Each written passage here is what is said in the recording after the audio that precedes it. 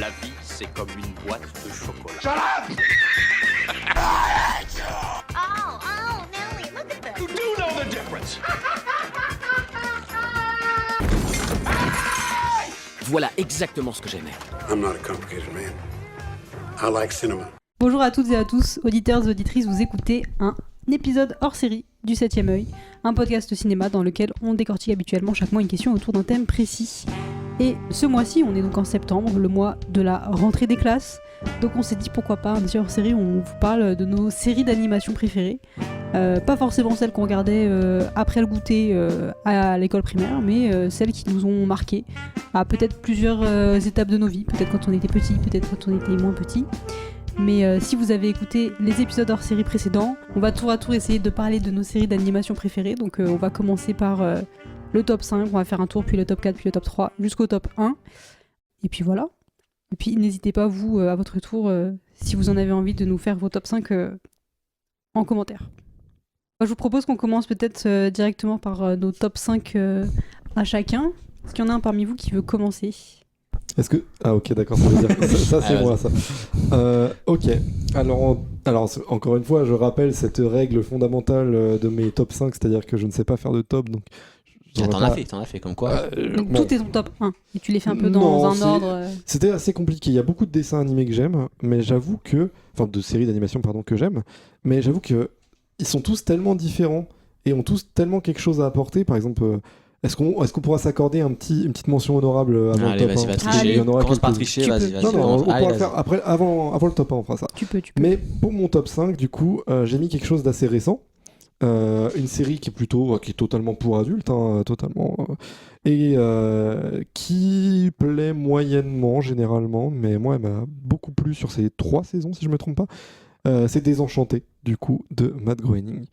Donc une série qui touche un point sensible, c'est-à-dire le médiéval, les contes, tout ça. Moi, ça me parle beaucoup, avec ce côté désenchanté finalement qu'on peut retrouver dans Shrek. C'est vraiment le conte de fées, mais pour adultes, avec un humour à la Matt Groening, ou même un petit peu con des fois, qu'on peut retrouver plus dans Futurama que dans Les Simpsons par exemple, et moi qui me plaît particulièrement. C'est simple, c'est efficace, il y a des moments d'émotion.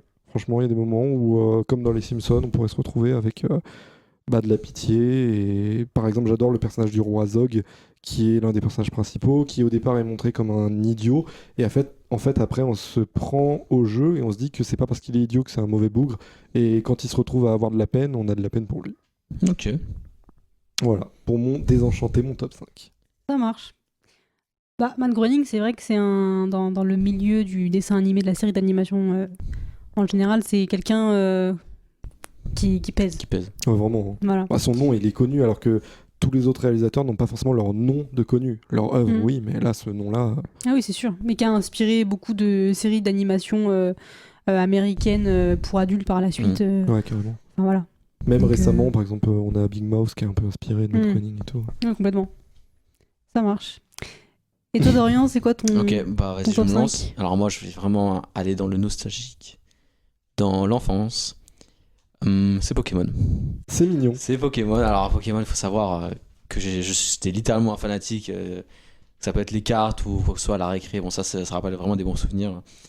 Et franchement, oui, je pense que c'est la série d'enfance que j'ai le plus regardé. Et après, il y a plusieurs séries. Oui, c'est vrai qu'après, selon là, les générations. je vais plutôt me concentrer sur l'Indigo. C'est toute la première série.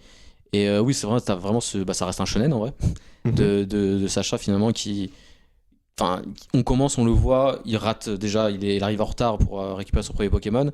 Et tu te rends compte qu'au fur et à mesure, il évolue et qu'il gagne en plus les badges sans forcément gagner par sa performance, mais justement par les valeurs qu'il dégage. Et justement, on a tout ce truc très ludique et tout ça qui fait qu'on découvre chaque Pokémon, chaque épisode a leur Pokémon et tout, et c'est très.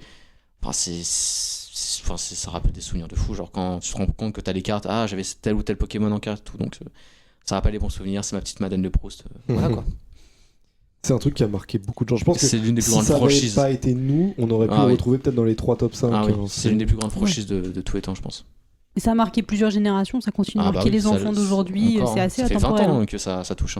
Mais qui, comme Matt Groening, finalement, a inspiré énormément. Parce Bien qu'on sûr. on ne compte pas les Beyblade, Bakugan, Ah oui. Gormiti et tout Bien ça sûr, qui bien ont sûr. suivi. hein. Ah, c'est clair.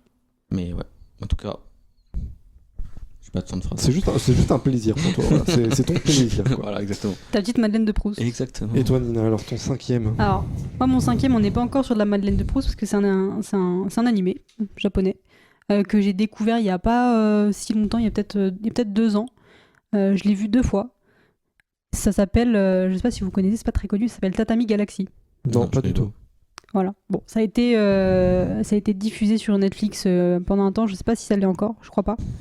Et c'est une série d'animation que j'ai regardée à un moment où j'ai commencé à m'intéresser à l'animation japonaise un peu marginale, un peu underground, un Ouais. peu indépendante, tout ça, notamment avec Mind Game de Masaki Ouais, Uasa. tiens donc. Masaki Uasa, si vous suivez, dont on a parlé pour Inyo dans l'épisode sur les comédies musicales. Et Masaki Uasa a travaillé comme réalisateur sur cette série, qui s'appelle donc Tatami Galaxy, qui est une série très courte. Je crois qu'elle fait que 12 épisodes.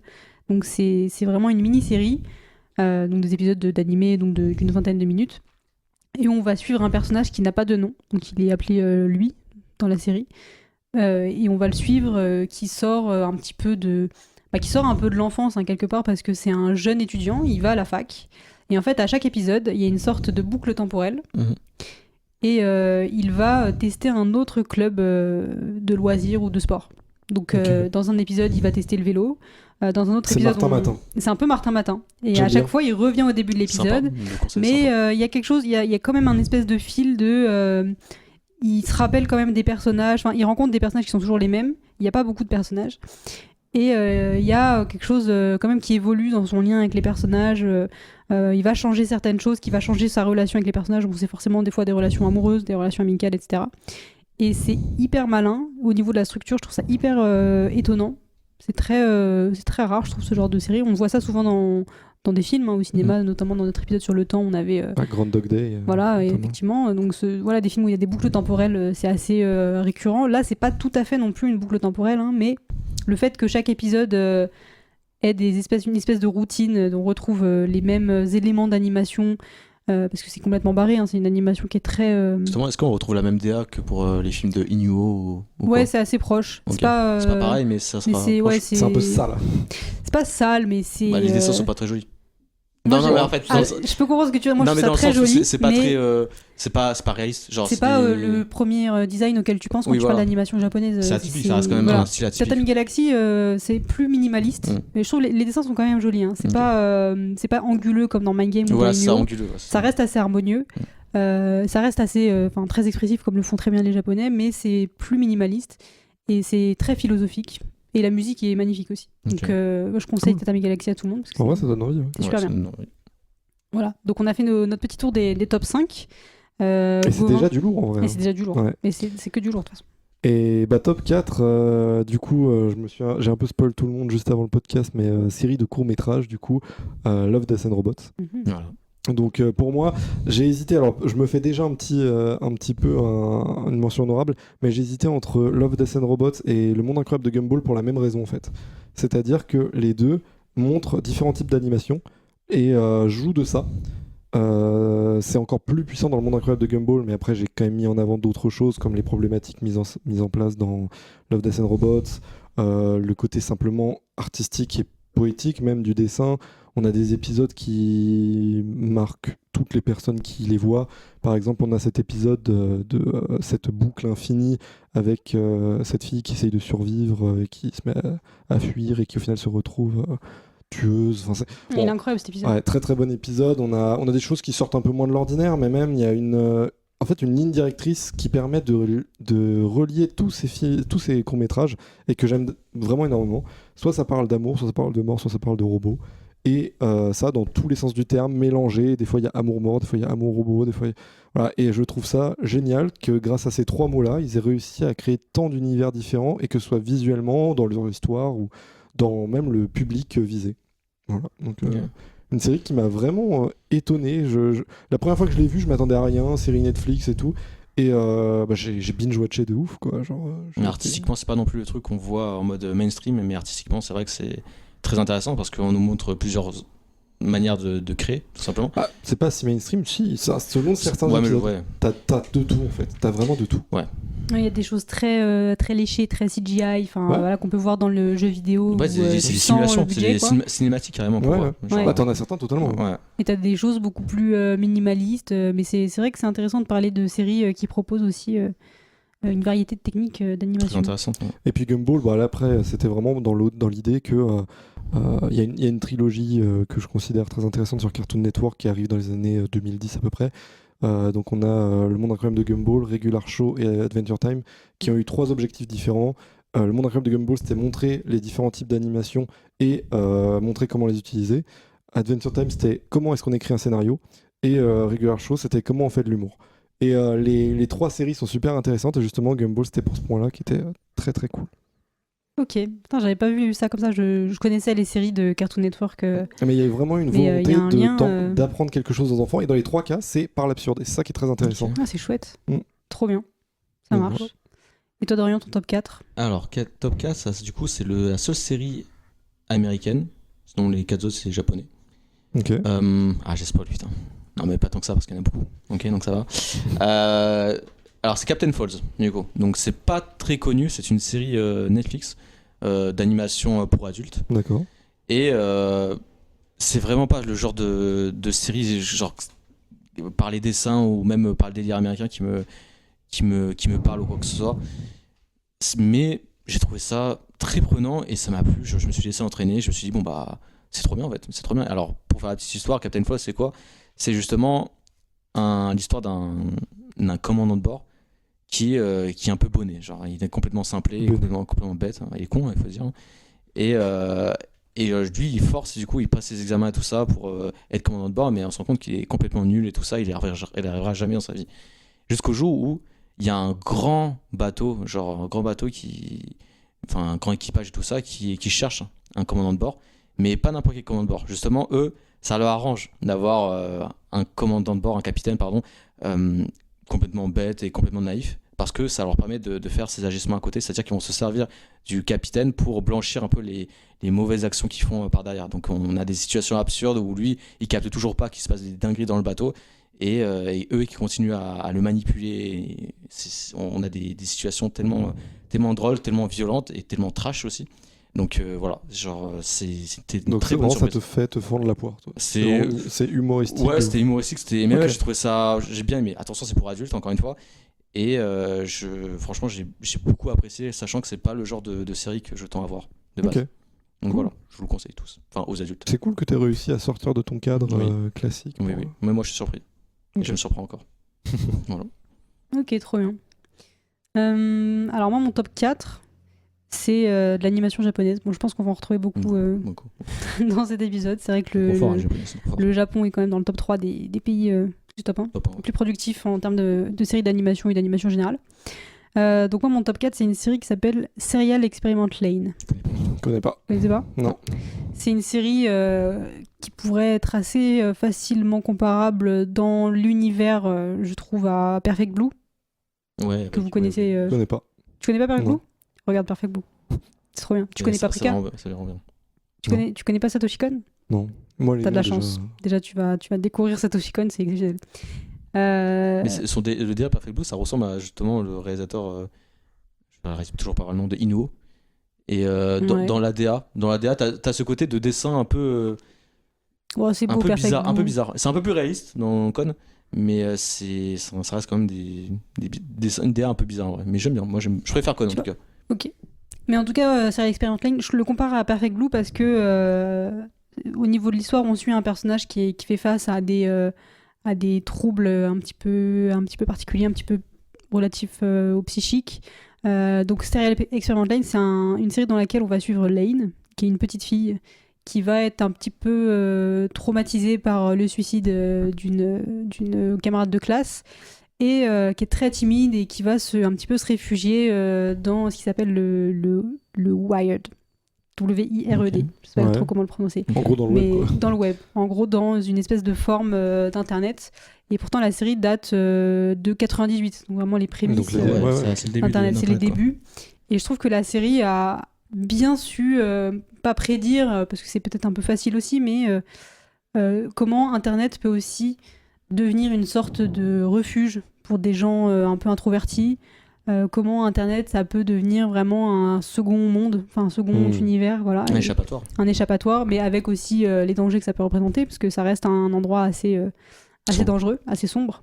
Et j'ai pas envie de trop en dire sur Serial Experiment Line, pardon, parce que c'est vraiment une série qu'il faut découvrir sans trop en savoir. Okay. C'est assez profond, c'est assez sombre, donc faut pas le regarder quand on se sent pas hyper bien, c'est pas hyper...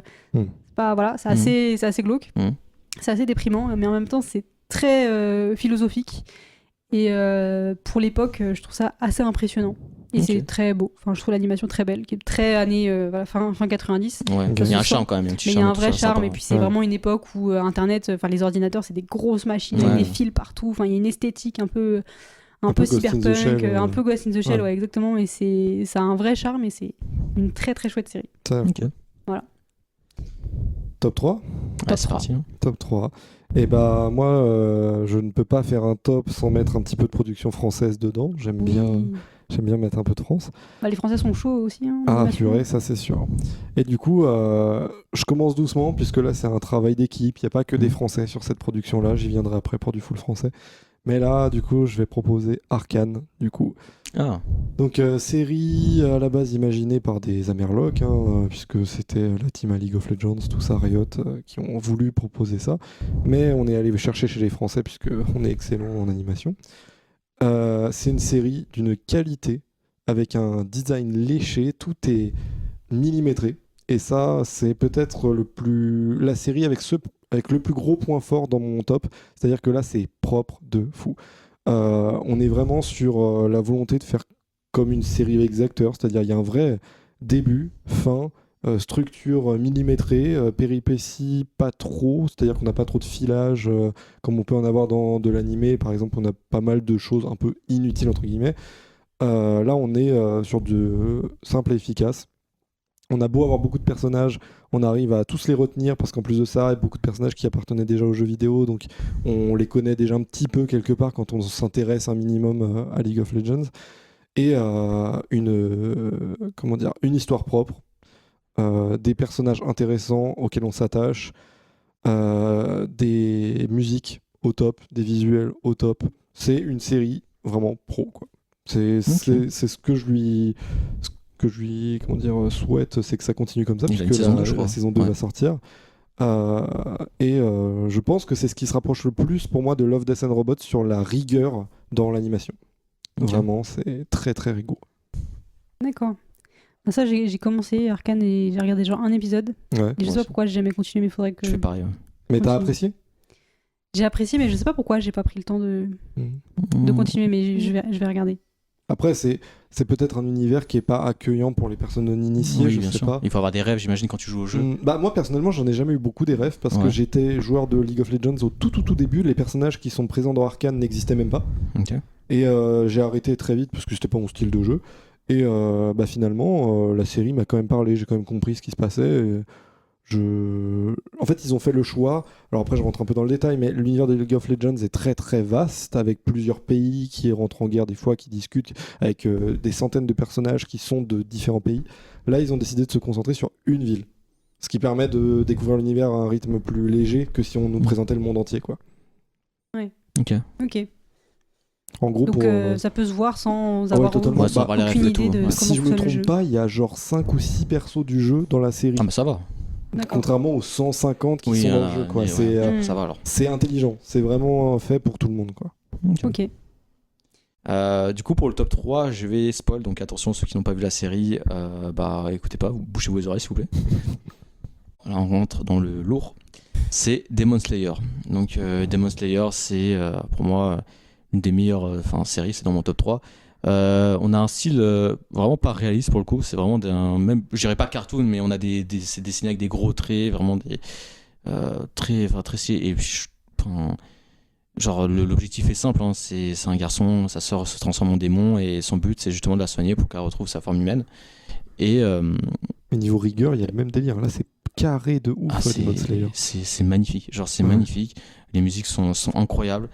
Et et puis moi personnellement, bon, c'est vraiment pas original, mais moi, je pense que c'est le moment que j'ai le plus aimé dans toute toutes les séries animées confondues, c'est dans cette série, c'est justement le combat entre Akasa et Rengoku qui est vraiment d'une intensité et d'une puissance incroyable. Justement, Rengoku qu'on apprenait à connaître justement et qu'on n'a pas eu le temps de trop s'attacher, mais justement en très peu de temps ils ont réussi à apporter une attache émotionnelle en très peu de temps, et ce qui a donné lieu à un combat incroyable sans qu'on ait vraiment énormément de background pour les personnages. Alors moi, mon top 3, c'est encore une fois une série d'animation japonaise qui est assez connue, qui est assez classique. C'est Neon Genesis Evangelion. Oui, c'est excellent. C'est connu ça. Excellent. Bien. Alors Neon Genesis Evangelion, c'est une série que j'ai regardée à un moment où pareil, j'ai commencé à m'intéresser à l'animation japonaise il y a quelques années, et sur laquelle j'avais pas beaucoup d'espoir. Mais il y a des Gundam. Bah ouais, justement, moi les trucs de mecha, tout ça, c'est pas Ton délire. c'est pas forcément ma came. Tu vois, Transformers, ça me saoule. J'aime pas du tout. Et je m'attendais à quelque chose de très bourrin. Je sais pas pourquoi, hein, j'avais des attentes. Parce que tu connaissais pas finalement. Parce que je connaissais pas, donc j'avais forcément des préjugés sur la série. Donc je m'attendais à un truc un peu bourrin, avec de la bagarre et compagnie. Finalement, comme Serial Experiment Line, c'est très philosophique, c'est très profond, c'est parfois lourd, c'est dur. Je sais pas, je crois que j'aime bien les séries un peu déprimantes comme ça. Mais c'est une excellente série. Qui pareil date des années 90, donc Ça commence à dater. mais qui reste encore J'aime bien le charme des années 90 toi. Ouais, moi j'aime bien celle-là a l'animation ancienne. vraiment un charme old school qui est top, vraiment top. Mais vraiment. Et c'est une série qui, je trouve, ne vieillit pas, qui garde quand même ce côté, ça se sent que c'est une vieille série, mais qui reste parmi ces séries classiques qui vont marquer l'histoire de la série d'animation japonaise. Ça vieillit Donc, sur certains trucs, je trouve. Par exemple, il y a tout le côté un peu érotique du Japon, des mangas japonais des ça, années c'est 90. encore le cas aujourd'hui, dans beaucoup de séries d'animation Quand je japonaises. regarde par exemple Demon Slayer, c'est pas ce que je retrouve. Alors que là, c'est un peu embêtant quand on est vraiment sur du Dragon Ball, quoi, niveau érotisme, niveau rapport à la nudité et compagnie. Je trouve ça moins lourd que dans certaines séries de cette époque-là. Tu vois, on n'est pas sur des trucs genre les Nicky Larson et compagnie où ça parle que de ça, City Hunter. ou City Hunter, ou enfin voilà, ce genre de choses. Après, oui, ça reste des personnages qui sont quand même jeunes, donc il y a quelque chose de malsain, mais c'est vrai que ça c'est encore le cas aujourd'hui dans beaucoup de séries d'animation. Peut-être que je regarde Demon pas assez de Slayer, choses. c'est une série, c'est pas le cas, mais c'est assez rare pour le souligner, quoi. Ah ouais. Ah ouais. Ok, Trop. je savais pas. Voilà. D'accord. Top 2. Top 2 déjà. Ok, ouais. Ça va vite. Top 2, du coup, là, on est sur du full français et même sur du local, puisque j'ai vécu très près de ces gens-là pendant 2 ans. Si. Non, j'avais besoin d'en parler. J'ai été déçu par la saison 4 qui est sortie récemment, mais je ne peux pas ne pas en parler. Wakfu, du coup, fait par les copains de chez Ankama. Et bon, je vais quand même dire, parce que j'ai envie de m'en vanter, mais j'ai un bon ami à moi qui était l'ingé son de la série, de la saison 4. C'est plutôt parce que j'étais très content. La classe. Ouais, et donc très bonne série française adaptée d'une adaptation, on va dire. En gros, c'est-à-dire que l'entreprise a créé Dofus, que ce soit manga, que ce soit jeu vidéo.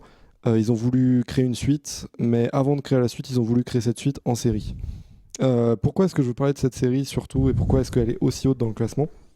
C'est parce qu'il y a une phrase qu'avait dit Toth, l'un des créateurs de Ankama et du coup le réalisateur de la série. Il avait dit à l'époque où ils avaient annoncé la saison 3 que la saison 3 et du coup la 4 qui en découle était l'histoire qu'ils voulaient raconter au départ. Sauf que personne n'allait financer ça, donc les seuls à vouloir financer une série c'était France 3. Et ils se sont dit, France 3 ne veut pas de violence, France 3 ne veut pas de sexe, France 3 ne veut pas de tout ça, on va faire un préquel. Et c'est comme ça que sont nées la saison 1, 2 et compagnie de Wakfu. Et on peut retrouver un peu le même délire que chez Akira Toriyama avec Dragon Ball puis Dragon Ball Z. Donc ce côté, on a l'enfance du personnage puis l'âge adulte avec les problématiques beaucoup plus shonen, beaucoup plus épiques que dans l'enfance. Mais cette série, c'est un condensé de bonnes idées. C'est des économies de moyens de fou parce que la saison 1 n'a pas coûté grand chose et pourtant a marqué des générations, enfin une génération au moins, et des esprits par milliers, à tel point que quand ils ont annoncé la saison 4 et qu'ils ont annoncé qu'ils n'avaient pas de financement, ils ont fait un Kickstarter et ce Kickstarter a battu tous les records du site Kickstarter. mondialement. C'est-à-dire que vraiment, le monde entier a participé et ils ont, sur un budget de base qui était dérisoire, ils ont eu je sais pas combien de fois plus que ce qu'ils avaient demandé au départ et ont pu nous sortir une saison 4 très complète. Voilà. Il y a un lien avec Dofus ? Alors en fait, Wakfu, pour faire très court, est l'après chaos qu'il y a eu à la fin de l'ère de Dofus. Okay. À la fin de l'ère de Dofus, il y a eu une Pangée, on va dire, qui s'est déroulée parce qu'il y a eu un cataclysme et en est découlé Wakfu. Ok, d'accord. Donc excellente série. Il faut féliciter le travail des Français, le travail en plus d'une boîte qui est une des plus entreprenantes de France et qui ose tellement de choses différentes. Et voilà, Wakfu, c'est à féliciter. Ah bah, et je le conseille vraiment à tous les enfants parce que vraiment pour un enfant c'est parfait. Et je le conseille à des jeunes adultes. Après c'est vrai que c'est très enfantin. C'est pas forcément pour des très grands, des gens qui ont oublié leur âme d'enfant. Okay.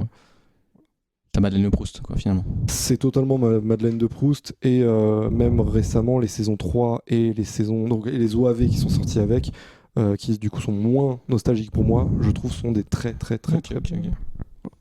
Et bon, je vais citer quand même parce que pour moi ça ne peut pas ne pas être mis avec, mais ils ont sorti un film il y a quelques années qui a fait un flop total.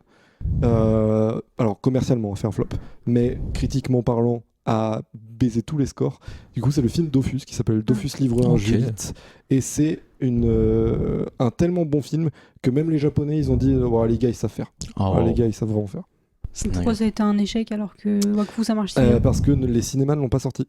Ah là, c'est la distribution du coup qui n'a pas été bonne. C'est-à-dire que moi, pour aller le voir, j'ai été obligé d'aller jusqu'à Poissy. Donc faire une demi-heure de route pour aller le voir dans un cinéma, quoi. D'accord. Et il s'avère qu'ils ont sorti un film même récemment, quand j'étais à Roubaix, donc c'est-à-dire en 2020-2021. Princesse Dragon. Voilà, Princesse Dragon, qui n'est pas sorti. Enfin, voilà, il a été dans 3 cinémas en France, quoi. Je sais pas, je l'ai vu au cinéma moi quand même. Oui, bah toi t'as pu le voir. Peut-être que c'était à Paris, donc peut-être que... Ah bah oui, à Paris forcément. Mais ouais, il est sorti dans très peu de salles et pourtant très bon film. Et voilà. Ok. Et bah du coup pour mon top 2, on va rester dans les démons. J'aime bien les démons, j'aime bien tout ce qui est monstres et tout ça. Ça sera du coup Jujutsu Kaisen qui est pour moi... là dans Demon Slayer on a vraiment mon moment préféré et je pense que dans Jujutsu Kaisen j'ai mon personnage, je pense, anime confondu, tout confondu préféré. C'est vraiment Gojo. Genre Gojo qui est pour moi qui est aussi charismatique que puissant, que égocentrique.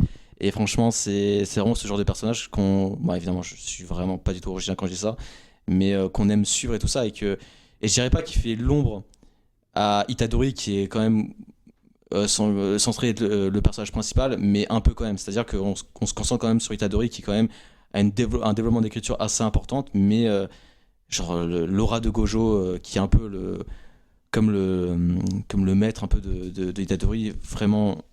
je vais pas spoil par rapport à ceux qui ont vu ou quoi que ce soit, mais c'est quelqu'un qui vraiment pour moi tient toute la série et tout ça, donc franchement, et je vous conseille surtout Jujutsu Kaisen 0 qui est vraiment un film incroyable justement qui se concentre plus sur le personnage de Yuta qu'on voit arriver beaucoup plus tard dans la série, qui est un très très bon film pareil, donc qui se concentre aussi sur toute la philosophie de Geto qui est l'antagoniste de Gojo, des exorcistes en manière générale, donc Jujutsu Kaisen, je vous conseille de fou. Ok, personnellement c'est pas un animé dont j'ai entendu beaucoup parler par les pas fans d'animé. C'est un truc que j'ai l'impression de connaisseur. Ouais. Est-ce que c'est vraiment accueillant pour les gens qui sont pas très animés ? Bah je ne suis pas et pourtant j'adore. T'es pas très fan d'animé alors que t'en as 4 dans ton top ? C'est ça. Je suis pas fan d'animé parce que justement c'est très naissant et je vais en parler pour mon top 1. Mais je suis pas fan et pourtant j'ai adoré et justement ça a bien fermé ma bouche de voir ce genre de choses. Ok, bon bah très bien alors. C'est vrai que Jujutsu Kaisen c'est quand même ça reste très japonais dans la façon de raconter l'action, même le thème. Enfin voilà, on est sur la culture japonaise un peu revisitée comme dans beaucoup d'animés, mais c'est vrai que... Parce que je sais pas, Demon Slayer je le trouve plus pour les débutants. Déjà, le nom anglais, j'allais dire le nom français, mais finalement oui, c'est quand même un truc qu'on peut retrouver partout, genre Demon Slayer, bon ok. Alors que Jujutsu Kaisen, ça veut rien pas dire accueillant quoi. Comme premier animé quand on commence, c'est vrai qu'on conseille beaucoup Death Note pour commencer. C'est facile. Parce que ça reste très américanisé, tout ça dans l'idée. Mais c'est vrai que jusqu'à la scène, bon, moi, personnellement, j'ai accroché. Après, ça dépend de chacun, ça dépend de la sensibilité de chacun. Ouais, bien sûr. Mais moi, je trouve que ça le fait pour justement un débutant comme moi dans l'animé et tout ça. Après, voilà, ça reste du mainstream, encore une fois. On n'est pas dans de l'animation de niche. Mais voilà, jusqu'à la scène, voilà, y a rien à dire, c'est incroyable. Et vivement la suite, quoi. Et toi, Nina, alors ton top 2? Alors top 2, bah là effectivement on arrive dans du lourd aussi. Série d'animation japonaise préférée pour moi. Et on est encore dans les années 90, donc Ah, comme wow. quoi, je suis désolée. Tu en mais- laisses deviner ou pas? Du coup, Viens. j'ai spoil, je crois. Est-ce que c'est connu? Je pense qu'on peut connaître. Je pense, Oui, je je pense pense que j'ai vous pouvez spoil. connaître. Est-ce que c'est Ghost in the Shell? Non, bah c'est Ah pas une série. Ah, c'est vrai, oui. Enfin il y a une série mais elle est Ouais, non, récente. C'est un film ouais. avec Scarlett Johansson. Il y a une série mais récente Non, mais il y a en vraiment- Ah, il y a 3D. vraiment un animé avant, mais c'est un Ouais. film. Ouais. Ok. Du coup c'est pas Ghost in the Shell. Vous voulez... Hmm. Tu penses à Ghost in the Shell aussi? Non. Tu penses à quoi? Je sais pas du tout. Des années 90? Ouais. Vous voulez que je Animation vous fasse deviner? Cowboy Bebop? Est-ce que c'est. Oui. Ah, C'est ça purée. Ah, là. Cowboy Bebop. Ok. Ok. Cowboy Bebop, série de Watanabe qui a aussi fait Samurai Champloo. Ouais, Donc moi j'ai découvert Watanabe avec Samurai Champloo, d'accord. avec Bolem, qui était dans l'épisode précédent. Ah oui, c'est vrai. Et moi ce que j'aime beaucoup, ce qui m'a beaucoup attiré au début dans l'œuvre de Watanabe, c'est le côté, il utilise deux mondes différents qu'il va faire se rencontrer. Donc dans Samurai Champloo c'est le hip-hop et le film, shogunat. ouais, le shogunat, le film de samouraï, enfin voilà, le film d'époque. Et dans Cowboy Bebop il fait se rencontrer le jazz et la science-fiction. Ouais. Et c'est un mélange qui se marie très très bien. Ah, vraiment. C'est très très bien. L'ambiance est folle. Et Cowboy Bebop, moi j'aime tout. Moi j'adore visuellement, j'adore les personnages. Ils ont tous quelque chose de très attachant, mais ils sont tous très différents. Spike, Jet, Faye, Edward. On a 4 personnages comme ça qu'on retrouve tout au long de la série et qu'on adore suivre. Et on a tous, tous les fans de Cowboy Bebop ont un peu leur personnage préféré. C'est un petit peu selon sa personnalité. Et ce qui est bien, je crois que j'aime bien ce genre de série, mais ça me fait un peu penser à Tatami Galaxy dans l'esprit, c'est qu'il y a un événement par épisode aussi. Donc il y a une sorte de routine aussi qui se passe je sais pas, chacun se réveille le matin et il y a un quotidien, un vrai quotidien, mais on va pas affronter le même méchant à chaque épisode. Ouais. Et, Oui, un peu n'importe quelle série qu'on peut avoir pour le mercredi matin. oui, c'est pour le- assez, ouais, c'est assez classique Ouais. comme structure, mais je trouve que ça a quelque chose d'un petit peu réconfortant, d'un petit peu Cocooning. cocooning. On se retrouve un petit peu à chaque fois dans Mhm. quelque chose qu'on connaît, donc voilà, on est quand même assez bien. Mhm. Et ouais, Cowboy Bebop, la musique est exceptionnelle. Je pense que c'est le premier truc que les gens découvrent de Cowboy Ouais. Bebop. Ouais, bien sûr. C'est- Moi, Là, j'avoue que ça l'opening est ultra m'a un culte, peu hein. frustré la série. La série Cowboy d'animation. Bebop, ouais. Parce que justement, je m'attendais à voir quelque chose d'incroyable. Et le premier épisode, j'ai adoré. Je me dis, ah ouais, c'est lourd. La musique, Et incroyable. après, trop répétitif peut-être. Non, c'est même pas ça. C'est que je trouve qu'il y avait pas beaucoup de liens en fait entre chaque épisode. Et Bah je ouais, trouvais... c'est l'idée. ouais, mais je trouvais ça dommage et ça m'a pas. J'ai pas Ça réussi à dépend des rentrer dans le épisodes, hein. délire. Il y a des épisodes qui ont des liens plus ou moins. Ouais, j'ai l'impression qu'en fait, il y a on plus ou re- moins de fil rouge On entre rev- les on épisodes. reven- après, peut-être c'est moi qui aime pas trop ce concept, mais le revenir à zéro et ne pas justement développer ce que t'as mis en place dès le début. Je trouve ça dommage, sachant que justement, en fait, ce qui est frustrant, c'est que j'ai adoré le début. Et je me suis dit, bon, pourquoi ils continuent pas là-dessus alors que c'était incroyable. Après, évidemment, je me suis arrêté tôt et tout ça, donc je sais pas non plus. Après, faut remettre dans le contexte qu'il fut un temps où le streaming n'existait pas. Et quand on créait des séries, il y avait le choix. C'était soit on considérait que nos spectateurs allaient être assez assidus pour venir tous les jours à la même heure regarder la série, soit est-ce que justement on se disait on fait pas de fil rouge si omniprésent parce que de toute manière ils vont louper des épisodes, les diffuseurs vont de toute manière s'en foutre et vont diffuser comme ils veulent les épisodes. Donc faut pas que ce soit trop lié. C'est pour ça qu'il y a énormément de dessins animés ou même de séries, hein, style les NCIS et compagnie, où le fil Oui, rouge oui. est très discret, quoi. Bon, je sais pas, moi, ça m'a un peu décroché, j'ai pas réussi à raccrocher en fait, à cause de ça. D'accord.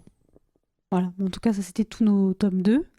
Donc là, on Voilà, arrive c'est le top un, là. dans Oh du là là très là. très sérieux, là, nos séries J'aimerais préférées. quand même citer quelques petits trucs avant. Ah oui. Allez, avant. vas-y, allez. Non, parce que j'avoue que j'ai pas parlé d'animé japonais. Et quand même, Ouais. ce serait bien que j'en aborde un. Ah, c'est vrai, ça. un T'en qui regardes m'a- aussi Oui, j'en regarde beaucoup. Et il y en a un qui m'a vraiment marqué. Je l'ai découvert genre en 2018-2019. Et c'est Iron Blooded Orphans, du coup, qui est une des séries Gundam, Ah. mais qui est celle qui est la plus ouverte au public. N'importe qui peut regarder ça, voilà. Donc série très politique sur l'esclavage des enfants dans un monde de science-fiction où des colonies existent sur Mars et où des enfants du coup se libèrent de leur chaîne pour aller sauver une princesse en détresse. Ok. C'est génial, les visuels sont incroyables. Quand on aime Evangelion, on ne peut qu'aimer parce qu'en fait Evangelion s'est inspiré de Gundam. C'est-à-dire que le robot à la japonaise, c'est de la politique. Donc quand on aime Evangelion, on aime forcément Gundam. Bah, je regarderai assidûment alors. C'est vraiment trop bien. Ensuite, vite fait, j'avais cité quelques petits trucs que j'aime bien dans mon petit post-it là. Il y a la série Phineas et Ferb qui je trouve non, bah, très sur différent. Disney XD. Ouais, excellent Phineas et Ferb dans sa construction, dans le développement des personnages. On a vraiment une série qui peut même se laisser regarder par un adulte sur une pause de 10 minutes et c'est super fun quoi. Franchement, c'est drôle. Bob l'éponge, hein, le grand seigneur. Voilà. Et Teen Titans Go qui pour moi niveau humour pour jeune adolescent c'est le top. Voilà. C'était des petites séries comme ça qui m'ont bien marqué. Mais du coup mon top 1, pour moi je vais revenir à la base du dessin animé. C'est que d'après moi, quand on a eu l'idée de faire un dessin animé, c'est qu'on a voulu animer les dessins. Et jusque là vous me suivez. Et donc qu'est-ce qu'on a envie d'animer ? Des bandes dessinées. On a envie que les bandes dessinées elles bougent. Je vais pas citer Tintin, je vais pas citer les Schtroumpfs, je vais citer Invincible. Nous n'oublierons jamais ce jour. Pour certains, ces images les obséderont à jamais. Quand j'étais gosse, je rêvais d'être comme mon père à tous les niveaux. Et si ça arrivait finalement ? Et si je devenais comme lui, sans m'en rendre compte ? Je dois en faire plus ! Je peux sauver plus de vies ! Mettez-moi à l'épreuve. Et du coup, Invincible, récent, qui est du coup une adaptation de comics, et qui est, à l'époque où je l'ai découvert, c'était pour moi le The Boys en version dessin animé. Voilà, c'était un peu ce que je pensais du truc, parce que moi on me disait, ouais, il y a une série de super-héros qui est sortie, super dark et tout, j'ai regardé, je fais, mais c'est bien, mais c'est pas fou. Ah tiens, il y en a une deuxième, c'est quoi ce truc de fou ? C'est-à-dire que je ressens pas du tout le côté malsain, involontaire des réalisateurs derrière, parce que dans The Boys, on voit que les réals quand même ils se font plaisir à montrer certains trucs très horrifiques, et ça m'a beaucoup dégoûté, vraiment je me suis dit j'ai plus envie de voir ça, donc j'ai arrêté à milieu de saison 2. Et Invincible, pas du tout, on est vraiment sur une bonne volonté de faire une adaptation de comics aussi dark que les comics d'ici pouvaient le faire il fut un temps, et ils peuvent toujours le faire d'ailleurs avec les Tortues Ninja qui sont revenus en force. Et on est vraiment sur à quoi un comics doit ressembler si il est adapté en dessin animé. C'est parfait, je viens de finir la saison 2 d'ailleurs, saison 2, qui a mis en avant un personnage que j'aimais bien de la saison 1, qui était très bref, qui s'appelle Alan l'Alien, et ce personnage est fou, il a une évolution géniale, c'est très triste, c'est très puissant, les combats sont épiques, le gore est terrifiant, les relations entre les personnages, c'est ça le point fort de la série, hein, sans vouloir spoil, toute la saison 1 se base sur une relation père-fils, et c'est tellement mieux que The Boys, faut pas regarder The Boys, faut regarder Invincible. J'ai vu The Boys. Vraiment incroyable. Et du coup, c'est un top 1 très récent, puisque il y a pas si longtemps, pas mainstream, je trouve. Comment ? Pas mainstream, pour le coup. Bon, quand même très très apprécié Invincible. Très apprécié. Non, mais il fut un temps où j'aurais pu mettre justement Iron Blooded Orphans ou quoi, mais après avoir fini la saison 2, je me suis dit non, c'est vraiment hors du commun. Ça. Ok. C'est noté. On regardera Invincible aussi. Et toi, Dorian, ton top 1. Si tu veux, tu peux aussi faire un petit florilège de mentions honorables. J'en ai pas forcément. T'es pas obligé. Ouais, j'en ai pas. Et top 1. T'es plus clair, toi. Oui. Alors, pour mon top 1, du coup, vous savez tous, hein, voilà, je vous laisse spoiler un peu. Du coup, pour moi, c'est l'Attaque des Titans. その時思い出した。そうだ、この世界は残酷なんだ。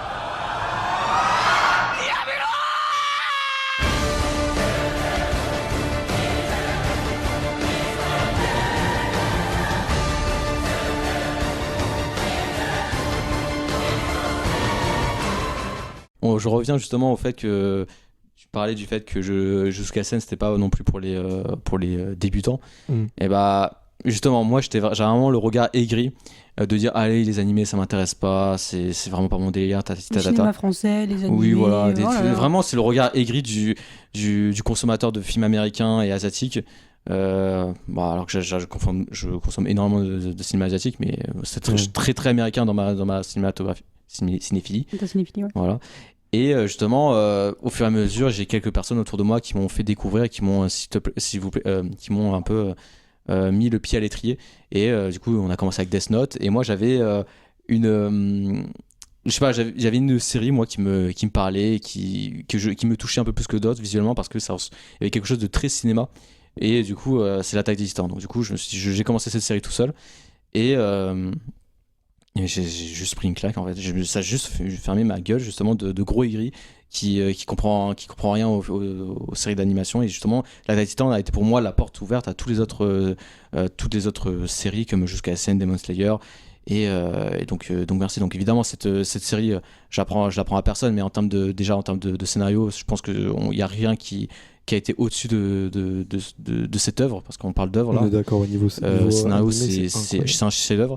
En termes de développement de personnages, c'est une dinguerie, parce que d'avoir autant de personnages et de réussir à avoir autant d'empathie et surtout de réussir à détester des gens et de pouvoir comprendre pourquoi ils font certains agissements, alors que c'est quand même, on parle de quelque chose de grave, c'est très grave quand même ce qui se passe. Alors, attention de ne pas spoil, parce que moi, si je dois bien dire un truc sur cette série, c'est que quand on ne connaît rien de la série, elle est encore plus forte. Oui, parce que justement il y a plein de choses qu'on découvre au fur et à mesure et qui voilà, il y a beaucoup de mystères, on va dire. Une série où il faut pas se faire spoil. Ah non, vraiment, c'est impossible. Et oui, non, mais du coup la musique qui est vraiment incroyable, hein, genre c'est justement c'est tellement complet, tellement il y a même peut-être des passages qui sont un peu en deçà, mais en fait tu te rends compte que ces passages en deçà sont très très intéressants et sont nécessaires justement pour la compréhension et pour le contexte, justement, quand on a une saison, je sais plus c'est quelle saison, mais où il y a une saison beaucoup plus politique où il y a quasiment pas de titans.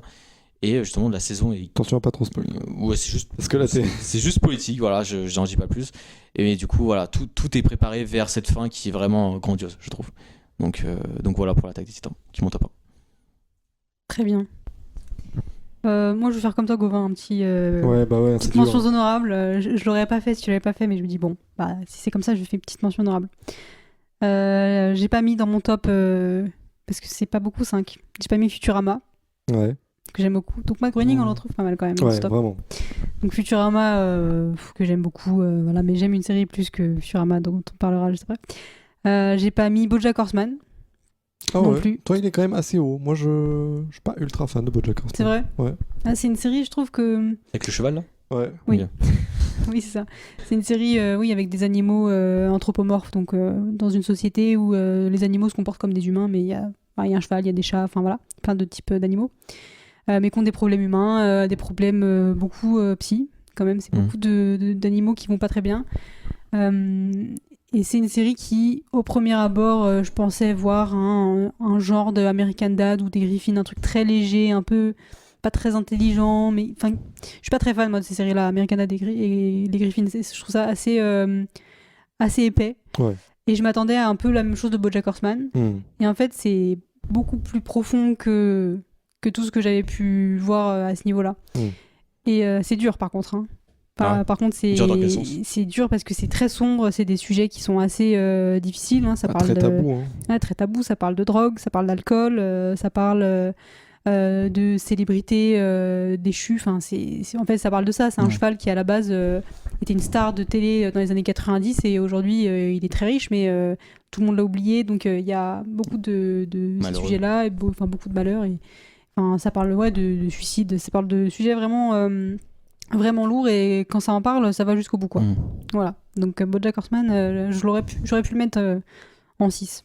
Ouais. Puis après, bon, j'ai pas pu parler de toutes ces séries qui ont bercé mon enfance. Voilà, je passe vraiment du coq à l'âne, hein, mais Les Mystérieuses Cités d'Or, que j'ai vu beaucoup de fois. La version de notre enfance, parce que là, je sais pas si vous avez vu la nouvelle version. Non, j'ai pas regardé la nouvelle version. Ouais. Moi non plus, parce que les dessins sont atroces, genre par exemple. Mais alors, je suis un gros boomer en disant ça, mais le charme qu'il y avait dans les premiers Mystérieuses Cités d'Or, rien à voir avec ce qui se fait maintenant, mais bon, là c'est vraiment mon côté boomer et aigri qui peut-être. Ouais, c'est sûr. Mais Les Mystérieuses Cités d'Or, c'est aussi pour cette histoire de quête de trésor. Enfin, il y a quelque chose qui parle beaucoup aussi aux enfants. Enfin, c'est une série qui marche très bien, puis qui est hyper pédagogique aussi. Ah oui, t'as l'histoire, tout ça, parce qu'à la fin de chaque épisode, t'avais une sorte de documentaire. Oui, c'est ça, c'est marrant. Petite explication sur la culture, beaucoup sur la culture sud-américaine, tout ça, donc c'est très très intéressant.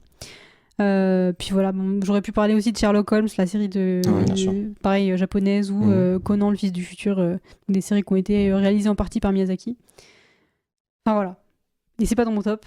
Et quel est ton top 1? Donc mon top 1, c'est une série qui sera à tout jamais mon top 1, qui est ma série préférée depuis... Malgré les saisons récentes. Alors, attends. Attention. Attention, mon top 1, mais sur une certaine limite de saison, c'est Les Simpsons.